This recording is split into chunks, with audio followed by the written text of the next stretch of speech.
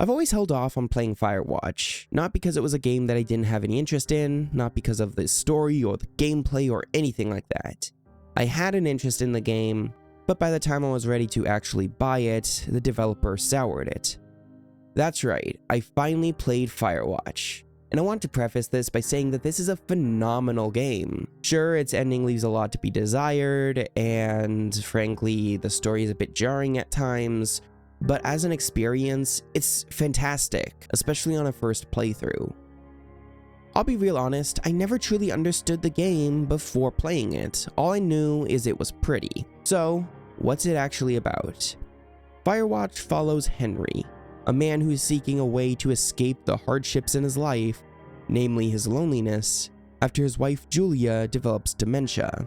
Taking up a job as a fire lookout deep in the woods of Shoshone National Forest, he finds himself with only the company of his thoughts and supervisor Delilah. Without getting too far into spoiler territory, it takes a lot of massive twists and turns that left me in awe at the narrative it was weaving. I'm not saying that it's particularly good all the way through. It has its moments of mediocre dialogue and confusing plot threads. I think there's enough discussion surrounding its lackluster ending for me to not dive too deep into the matter. The game's style is gorgeous, and frankly, you wouldn't think this game came out in 2016. It's just that good. I always champion the idea that realistic graphics don't always mean good graphics. A strong art style and direction are way more important than making the game look photorealistic. A realistic game could look outdated in 5 years, but this scenery right here in Firewatch is nearly a decade old and it looks just as strong as if it released yesterday. In truth, Firewatch needs to be talked about more, and its developer Campo Santo needs more pats on the back for producing a game that rivals some AAA modern releases. But here's where my issue lies: its developer.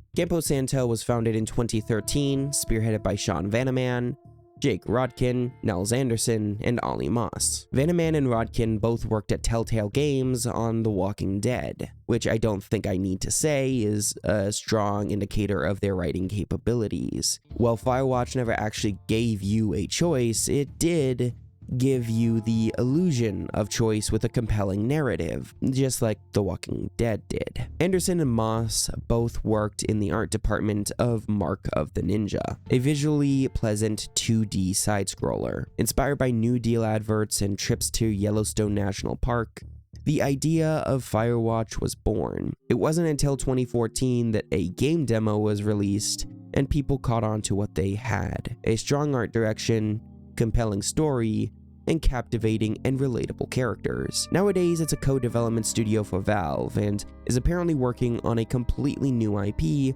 but it's been in stagnant development since 2019. So now that you know the background of the studio, you may question why I have an issue with the studio at all. After all, they seem pretty upstanding, full of industry vets and top-notch ideas. And while that's true, their professionalism leaves a lot to be desired. If you were around back in 2017, you probably remember when Vanaman and his company struck PewDiePie for saying the N-word while playing PUBG. He wasn't even playing their game, but they still struck him anyway. This decision rubbed me and a lot of others the wrong way.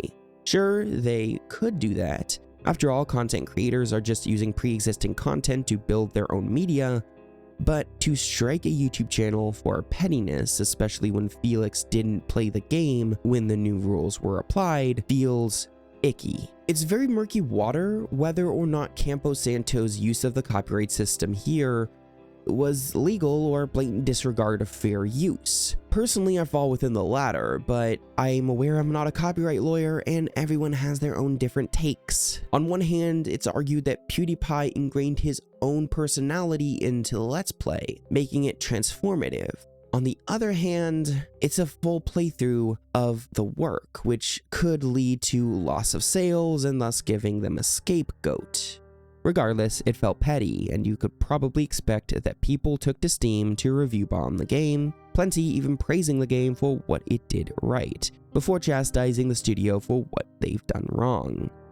If it wasn't for Firewatch being on Game Pass, I probably wouldn't even either be making this video or talking about the game at all. I wouldn't have even been praising the game beyond a surface level, it looks pretty. I would just make this video as a reminder of what the studio has done in the past. That's not even touching the other controversies surrounding Campo Santo in more recent years. Back in 2020, they abused their powers as a Valve developer and manually banned a Dota 2 player over a dispute of playstyle. Sure, they apologized, but that's besides the point. What I can tell is Campo Santo's leadership is not very professional and acts on feelings rather than sticking to what most studios are doing. I understand that Felix saying the N-word is bad, but to change your licensing agreement to tailor to his specific situation is just petty. Meanwhile, to go after his year-old video is even worse, and to threaten to encourage developers to distance themselves from him over your personal feelings is the icing on the cake.